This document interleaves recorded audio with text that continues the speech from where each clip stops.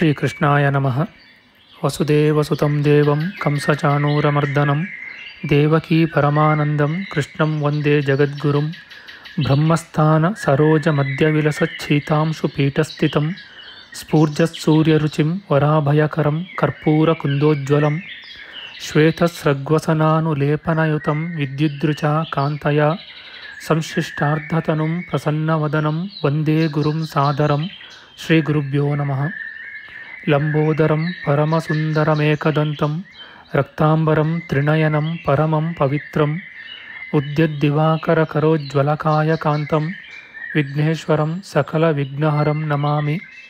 ತ್ವಾಂ ದೇವ ವಿಘ್ನಧಲನೇತಿ ಚ ಸುಂದರೇತಿ ಭಕ್ತಿಪ್ರಿಯೇತಿ ಸುಖದೇತಿ ಫಲಪ್ರದೇತಿ ವಿದ್ಯಾಪ್ರದೇತ್ಯಗಹರೇತಿ ಚ ಯೇ ಸ್ತುವಂತಿ ತೇಭ್ಯೋ ಗಣೇಶವರದೋ ಭವನಿತ್ಯಮೇವ. ಶ್ರೀಮಹಾಗಣಪತಯೇ ನಮಃ. ಯಾ ಕುಂದೇಂದು ತುಷಾರಹಾರಧವಳ ಯಾ ಶುಭ್ರವಸ್ತ್ರಾವೃತ ಯಾ ವೀಣಾ ವರದಂಡಮಂಡಿತಕರ ಯಾ ಶ್ವೇತಪದ್ಮಾಸನ ಯಾ ಬ್ರಹ್ಮಾಚ್ಯುತ ಶಂಕರ ಪ್ರಭೃತಿಭಿಃ ದೇವೈಃ ಸದಾ ವಂದಿತಾ ಸಾ ಮಾಂ ಪಾತು ಸರಸ್ವತೀ ಭಗವತಿ ನಿಶ್ಶೇಷಜಾಡ್ಯಾಪಃ. ಶ್ರೀ ಸರಸ್ವತ್ಯೇ ನಮಃ. ವೇದಾರ್ಥತತ್ವವಿಶದೀಕರಣೇನ ಪುಂಸಾಂ ಉಚ್ಚೈರ್ಗತಿಂ ಜಗತಿಯೋ ದಯಯಾ ವಿಧಾತುಂ ರಮ್ಯಾಂ ಪುರಾಣಪದವೀಂ ಪ್ರಣಿನಾಯ ತಸ್ಮೈ ಲೋಕೇಶವೈಭವಪುಷೇ ಋಷಯೇ ನಮಸ್ತಾತ್.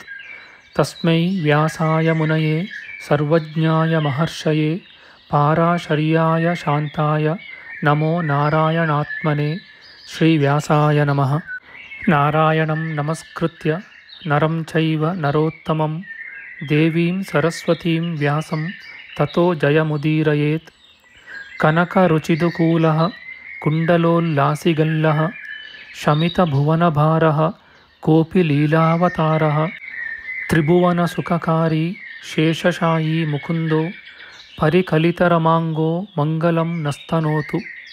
ನಮಾಮಿ ಗೋವಿಂದ ಪದಾರವಿಂದಂ ಸದೇಂದಿರಾನಂದನಮುತ್ತಮಾಡ್ಯಂ ಜಗಜ್ಜನಾನಾಂ ಹೃದಿ ಸನ್ನಿವಿಷ್ಟಂ ಮಹಾಜನೈಕಾಯನಮುತ್ತಮೋತ್ತಮಂ. ನಮಸ್ತೆ ಚಕ್ರಹಸ್ತಾಯ ಶಾಂಗಹಸ್ತಾಯ ತೇ ನಮಃ. ನಂದಹಸ್ತಾಯ ತೇ ವಿಷ್ಣೋ ಶಂಖಹಸ್ತಾಯ ತೇ ನಮಃ. ಓಂ ನಮೋ ವಾಸುದೇವಾಯ ನಮಃ ಸಂಕರ್ಷಣಾಯ ಚ ಪ್ರದ್ಯುಮ್ನಾಯ ನಮಸ್ತುಭ್ಯಂ ಅನಿರುದ್ಧಾಯ ತೇ ನಮಃ. ದಂಷ್ಟ್ರಾಗ್ರೇಣೋ ಧೃತಾ ಗೌರು ದಧಿಪರಿವೃತಾ ಪರ್ವತೈರ್ನಿಮ್ನಗಾಭಿಃ ಸಾಕಂ ಮೃತ್ಪಿಂಡವದ್ಬೃಹದುರ್ವಪುಷಾನಂತರೂಪೇಣ ಯೇನ ಸೋಯಂ ಕಂಸಾಸುರಾರಿರ್ಮುರನರಕದಶಾಸ್ಯಾಂತಕೃತ್ಸರ್ವಸಂಸ್ಥಃ ಕೃಷ್ಣೋ ವಿಷ್ಣುಃ ಸುರೇಶೋ ನುದತು ಮಮ ರಿಪೂನ್ ಆದಿದೇವೋ ವರಾಹಃ. ನಮಸ್ತಸ್ಮೈ ವರಾಹಾಯ ಲೀಲಯೋದ್ಧರತೆ ಮಹೀಂ ಖುರಮಧ್ಯಗತೋ ಯಸ್ಯ ಮೇರುಖಣಖಣಾಯತೆ. ಶ್ರೀ ವರಾಹಮೂರ್ತಯೇ ನಮಃ. ಪ್ರಿಯ ಬಾಂಧವರೇ, ನಮ್ಮ ಈ ಶ್ರೀ ಲಾಲೀಕೃಷ್ಣ ಚಾನಲ್ಗೆ ಸ್ವಾಗತ.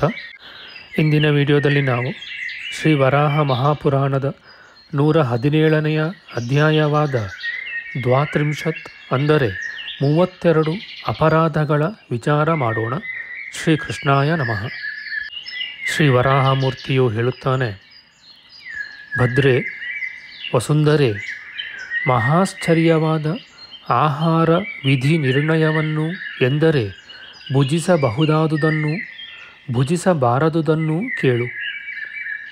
ಮಾಧವಿ, ಧರ್ಮವನ್ನು ಆಶ್ರಯಿಸಿದವನು ಧರ್ಮಜ್ಞನೂ ಆದವನು ಅಶುಭ ಕರ್ಮವನ್ನು ಮಾಡಿದರೂ ನಿತ್ಯವೂ ಧರ್ಮಶಾಸ್ತ್ರ ವಿಹಿತವಾದ ಆಹಾರವನ್ನು ಮಾತ್ರ ಭುಂಜಿಸಿ ನನ್ನನ್ನು ಸೇರುವನು. ಕರ್ಮಾರ್ಹವಾದ ಎಲ್ಲ ವಿಧವಾದ ಭತ್ತವು ಇತರ ಧಾನ್ಯಗಳು ಆಹಾರ ಯೋಗ್ಯವಾದವು. ಪ್ರಯೆ, ಯಾವುವು ನನಗೆ ರುಚಿಸುವುದಿಲ್ಲವೋ ಅಂತಹವನ್ನು ಕರ್ಮಾರ್ಹವಲ್ಲವುಗಳೆಂದು ಹೇಳುತ್ತೇನೆ. ಮಹಾ ತೇಜಸ್ಸುಳ್ಳವನು ಅವುಗಳನ್ನು ತಿಂದ ಮಾತ್ರದಲ್ಲಿ ಮೊದಲನೆಯ ಅಪರಾಧವಾಗುವುದು. ಅಪರಾಧಾನ್ನವು ನನಗೆ ರುಚಿಸುವುದಿಲ್ಲ. ಪರಕೀಯಾನ್ನವನ್ನು ಆಸಕ್ತಿಯಿಂದ ತಿಂದು ಜೀವಿಸುವುದು ಎರಡನೆಯ ಅಪರಾಧ. ಇದು ಧರ್ಮಕ್ಕೆ ವಿಘ್ನವನ್ನುಂಟು ಮಾಡುವುದು. ವಸುಂಧರೆ, ಸ್ತ್ರೀ ಸಂಗವನ್ನು ಮಾಡಿ ಸ್ನಾನಾದಿಗಳಿಲ್ಲದೆ ನನ್ನನ್ನು ಮುಟ್ಟುವುದು ಮೂರನೆಯ ತಪ್ಪೆಂದು ಎಣಿಸುತ್ತೇನೆ. ರಜಸ್ವಲೆಯನ್ನು ನೋಡಿ ಸ್ನಾನವಿಲ್ಲದೆ ನಮ್ಮನ್ನು ಸೇವಿಸುವುದು ನಾಲ್ಕನೆಯ ತಪ್ಪು. ಅದನ್ನು ಕಂಡರೆ ನನಗೆ ಸಹಿಸುವುದಿಲ್ಲ. ಸಂಸ್ಕಾರವಿಲ್ಲದ ಶವವನ್ನು ಮುಟ್ಟಿ ಸ್ನಾನಾದಿಗಳಿಲ್ಲದೆ ನನ್ನನ್ನು ಮುಟ್ಟುವ ಐದನೆಯ ತಪ್ಪನ್ನು, ಶವವನ್ನು ನೋಡಿ ಆಚಮನವನ್ನು ಮಾಡದೆ ನನ್ನನ್ನು ಮುಟ್ಟುವ ಆರನೆಯ ತಪ್ಪನ್ನು ನಾನು ಸಹಿಸೆನು. ನನ್ನ ಪೂಜೆಯ ಕಾಲದಲ್ಲಿ ಮಲವಿಸರ್ಜನೆ ಮಾಡುವುದನ್ನು ಏಳನೆಯ ತಪ್ಪೆಂದು ಎಣಿಸುತ್ತೇನೆ. ವಸುಂಧರೆ, ನೀಲವರ್ಣದ ವಸ್ತ್ರವನ್ನು ಧರಿಸಿ ನನ್ನನ್ನು ಸೇವಿಸುವುದು ಎಂಟನೆಯದಾದ ಅಪರಾಧ. ನನ್ನನ್ನು ಪೂಜಿಸುವಾಗ ಅನುಚಿತವಾಗಿ ಮಾತನಾಡುವುದು ಒಂಬತ್ತನೆಯ ತಪ್ಪು. ಅದು ನನಗಾಗದು. ರಜಸ್ವಲೆಯ ಬಟ್ಟೆ, ಪಾತ್ರೆ ಮೊದಲಾದವುಗಳನ್ನು ಮುಟ್ಟಿ ನನ್ನನ್ನು ಸೇವಿಸುವುದು ನನಗೆ ಅಪ್ರಿಯವಾದ ಹತ್ತನೆಯ ಅಪರಾಧ. ಕರ್ತೃವು ಕೋಪಗೊಂಡು ಕರ್ಮವನ್ನಾಚರಿಸುವುದು 11ನೆಯ ತಪ್ಪು. ಕರ್ಮಾನರ್ಹವಾದ ಹೂಗಳಿಂದ ನನ್ನನ್ನು ಪೂಜಿಸುವುದು 12ನೆಯ ತಪ್ಪು. ವಸುಂಧರೆ, ಕೆಂಪಾದ ಅಥವಾ ಕುಸುಬೆಯ ಬಣ್ಣದ ವಸ್ತ್ರದಿಂದ ನನ್ನ ಸೇವೆಗೈಯುವುದು 13ನೆಯ ತಪ್ಪೆಂದು ಎಣಿಸುತ್ತೇನೆ. ದೇವಿ ವಸುಂಧರೆ, ಯಾವಾಗಲಾದರೂ ಕತ್ತಲೆಯಲ್ಲಿ ನನ್ನನ್ನು ಮುಟ್ಟುವುದು 14ನೆಯ ತಪ್ಪು. ವಸುಂಧರೆ, ಕಪ್ಪು ಬಟ್ಟೆಯಿಂದ ನನ್ನ ಕರ್ಮಗಳನ್ನು ಮಾಡುವುದು 15ನೆಯ ತಪ್ಪಿತವಾಗುವುದು. ವರಾನನೆ, ಮೈಲಿಗೆಯ ಬಟ್ಟೆಯನ್ನುಟ್ಟು ನನ್ನನ್ನು ಪೂಜಿಸುವುದನ್ನು ಅಥವಾ ಅಶುದ್ಧ ವಸ್ತ್ರಗಳನ್ನು ನನಗೆ ಧರಿಸುವುದನ್ನು 16ನೆಯ ತಪ್ಪೆಂದು ಪರಿಗಣಿಸುತ್ತೇನೆ. ಮಾಧವಿ ವಸುಂಧರೆ, ಸಿದ್ಧವಾಗಿರುವ ಅನ್ನವನ್ನು ನನಗೆ ಅರ್ಪಿಸದೆ ಅಜ್ಞಾನದಿಂದಲೇನಾದರೂ ತಾನೇ ತಿನ್ನುವುದನ್ನು 17ನೆಯ ತಪ್ಪೆಂದು ಎಣಿಸುತ್ತೇನೆ. ಮೀನಿನ ಮಾಂಸವನ್ನು ತಿಂದು ನನ್ನ ಸೇವೆಗೈಯುವುದನ್ನು 18ನೆಯ ತಪ್ಪೆಂದು, ಜಾಲಪಾದದ ಪ್ರಾಣಿಯ ಮಾಂಸವನ್ನು ತಿಂದು ನನ್ನನ್ನು ಆಶ್ರಯಿಸುವುದನ್ನು 19ನೆಯ ತಪ್ಪೆಂದು ಎಣಿಸುತ್ತೇನೆ. ವರಾನನೆ, ನನ್ನ ದೀಪವನ್ನು ಮುಟ್ಟಿ ಕೈ ತೊಳೆದುಕೊಳ್ಳದೆ ನನ್ನ ಸೇವೆಗೈಯುವುದನ್ನು 20ನೆಯ ತಪ್ಪೆಂದು ಎಣಿಸುತ್ತೇನೆ. ವಸುಂಧರೆ, ಸ್ಮಶಾನಕ್ಕೆ ಹೋಗಿ ಬಂದು ಶುದ್ಧನಾಗದೆ ನನ್ನ ಹತ್ತಿರ ಬರುವುದನ್ನು 21ನೆಯ ತಪ್ಪೆಂದು ಎಣಿಸುತ್ತೇನೆ. ಪ್ರಿಯೆ, ಹಿಂಡಿಯನ್ನು ತಿಂದು ನನ್ನ ಹತ್ತಿರ ಬರುವುದು 22ನೆಯ ತಪ್ಪಿತವಾಗುವುದು. ವಸುಂಧರೆ, ಹಂದಿಯ ಮಾಂಸವನ್ನು ನನಗೆ ನಿವೇದಿಸುವುದು 23ನೆಯ ತಪ್ಪೆಂದು ಎಣಿಸುತ್ತೇನೆ. ವಸುಂಧರೆ, ಮದ್ಯಪಾನ ಮಾಡಿ ನನ್ನ ಸಮೀಪಕ್ಕೆ ಬರುವುದನ್ನು 24ನೆಯ ತಪ್ಪೆಂದು ಪರಿಗಣಿಸುತ್ತೇನೆ. ವಸುಂಧರೆ, ಕುಸುಬೆಯ ಶಾಖವನ್ನು ತಿಂದು ನನ್ನನ್ನು ಪೂಜಿಸುವುದು 25ನೆಯ ತಪ್ಪು. ವಸುಂಧರೆ, ಬೇರೆಯವರ ಬಟ್ಟೆಯನ್ನು ಉಟ್ಟು ನನ್ನ ಸೇವೆಗೈಯುವುದನ್ನು ತಪ್ಪುಗಳಲ್ಲಿ 26ನೆಯದೆಂದು ಎಣಿಸುತ್ತೇನೆ. ಗುಣಯುತೆ, ಹೊಸ ಧಾನ್ಯವು ಬಂದಾಗ ದೇವತೆಗಳನ್ನು ಪಿತೃಗಳನ್ನು ಪೂಜಿಸದೆ ಅದನ್ನು ಭುಜಿಸುವುದನ್ನು 27ನೆಯ ತಪ್ಪೆಂದು ಎಣಿಸುತ್ತೇನೆ. ಗುಣಾನ್ವಿತೆ, ಪಾದರಕ್ಷೆಯನ್ನು ಹಾಕಿಕೊಂಡು ಕೊಳಕ್ಕೆ ಹೋಗುವುದು 28ನೆಯ ತಪ್ಪು.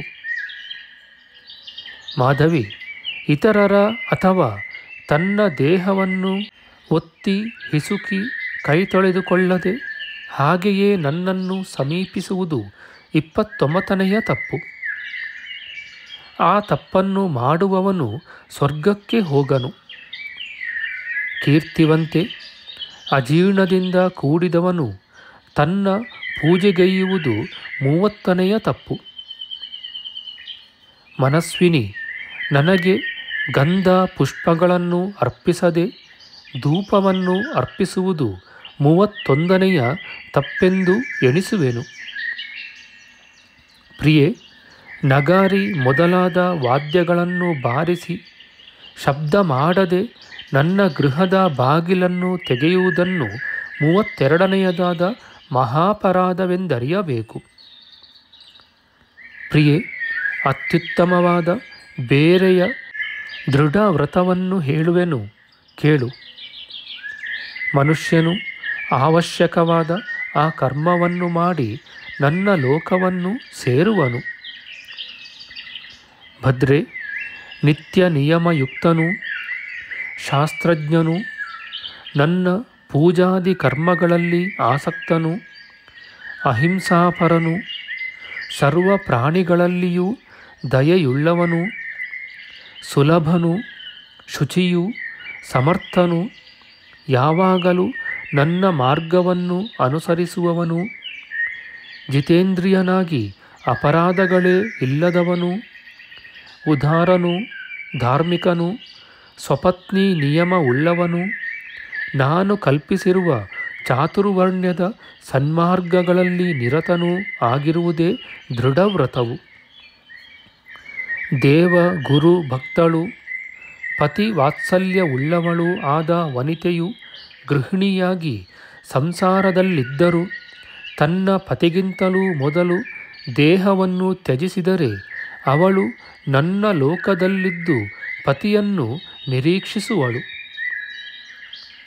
ನನ್ನ ಭಕ್ತನಾದ ಪುರುಷನು ಪತ್ನಿಗಿಂತ ಮೊದಲು ದೇಹವನ್ನು ಬಿಟ್ಟರೆ ಅವನು ನನ್ನ ಲೋಕದಲ್ಲಿದ್ದು ಪತಿಭಕ್ತಳಾದ ತನ್ನ ಪತ್ನಿಯನ್ನು ನಿರೀಕ್ಷಿಸುವನು. ಸುಂದರಮುಖಿ, ಕರ್ಮಗಳಲ್ಲಿ ಉತ್ತಮವಾದ ಬೇರೊಂದು ಕರ್ಮವನ್ನು ನಿನಗೆ ಹೇಳುತ್ತೇನೆ. ನನ್ನ ಕರ್ಮ ಮಾರ್ಗವನ್ನನುಸರಿಸಿದರೂ ಅನ್ಯ ದೇವತೆಗಳಲ್ಲಿ ಭಕ್ತರಾದ ಋಷಿಗಳೂ ಕೂಡ ನನ್ನನ್ನು ಕಾಣಲಾರರು. ನನ್ನ ಲೋಕದಲ್ಲಿ ಅಂತಹ ಋಷಿಗಳನ್ನು ಹುಡುಕಬೇಕಾಗಿರುವುದು. ಹೀಗಿರುವಾಗ ನನ್ನ ಕರ್ಮಗಳಲ್ಲಿ ನಿರತರಾದರೂ ಅನ್ಯ ದೇವಭಕ್ತರಾದ ಮನುಷ್ಯರ ವಿಚಾರವನ್ನು ಹೇಳುವುದೇನಿದೆ? ಯಾರು ಅನ್ಯ ದೇವತೆಗಳಲ್ಲಿ ಭಕ್ತರು ಮೂಢರು ಪಾಪಚಿತ್ತರೂ ಆಗಿರುವರೋ ಅವರು ನನ್ನ ಮಾಯೆಯಿಂದ ಮತ್ತಷ್ಟು ಮೂಢರಾಗಿ ನನ್ನನ್ನು ಸೇರದಿರುವರು. ಮೋಕ್ಷ ಕಾಮರಾಗಿ ಯಾರು ನನ್ನನ್ನು ಆಶ್ರಯಿಸುವರೋ ಅಂತಹ ಭಾವ ಸಂಸಿದ್ಧರನ್ನು ನಾನು ಬುದ್ಧಿಯಿಂದ ನಿರ್ಣಯಿಸುವೆನು. ಧರೆ ದೇವಿ, ನಾನು ಪರಶಕ್ತಿಯಿಂದ ನಿನ್ನನ್ನು ಧರಿಸಿರುವುದರಿಂದ ಧರ್ಮಯುತವಾದ ಈ ಮಾತನ್ನು ಹೇಳಿದ್ದೇನೆ. ಮಾಧವಿ, ನನ್ನ ಪೂಜಾದಿ ಕರ್ಮಗಳಲ್ಲಿ ನಿರತನಾದವನಿಗೆ ಹೊರತು ಪಿಶುನನಿಗೂ ಮೂರ್ಖನಿಗೂ ಕುತ್ಸಿತನಿಗೂ ದೀಕ್ಷಿತನಲ್ಲದವನಿಗೂ ಪ್ರಯತ್ನಪೂರ್ವಕವಾಗಿ ನಾಸ್ತಿಕನಿಗೂ ಈ ವಿಚಾರವನ್ನು ಹೇಳಕೂಡದು. ದೇವಿ, ಅತಿ ಬಲ ತೇಜಗಳುಳ್ಳ ನನ್ನ ಈ ಧರ್ಮವನ್ನು ಲೋಕಹಿತಕ್ಕಾಗಿ ನಿನಗೆ ಹೇಳಿದ್ದೇನೆ. ಬೇರಾವುದನ್ನು ಕೇಳುವೆ? ಇತಿ ಶ್ರೀ ವರಾಹ ಮಹಾಪುರಾಣೆ 32 ನಾಮ 17 ಶ್ರೀಕೃಷ್ಣಾರ್ಪಣಮಸ್ತು. ನಮ್ಮ ಮುಂದಿನ ವಿಡಿಯೋದಲ್ಲಿ ನಾವು ಶ್ರೀ ವರಾಹ ಮಹಾಪುರಾಣದ 118ನೇ ಅಧ್ಯಾಯವಾದ ದೇವೋಪಚಾರ ವಿಧಿಯ ವಿಚಾರ ಮಾಡೋಣ.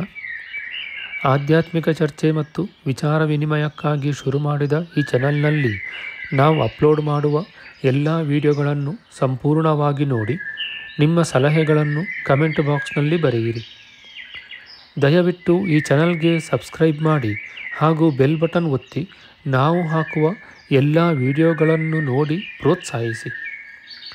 ಕೃಷ್ಣಂ ನಾರಾಯಣಂ ವಂದೇ ಕೃಷ್ಣಂ ವಂದೇ ವ್ರಜಪ್ರಿಯಂ ಕೃಷ್ಣಂ ದ್ವೈಪಾಯನಂ ವಂದೇ ಕೃಷ್ಣಂ ವಂದೇ ಪೃಥಾಸುತಂ ಶ್ರೀಕೃಷ್ಣಾಯ ನಮಃ.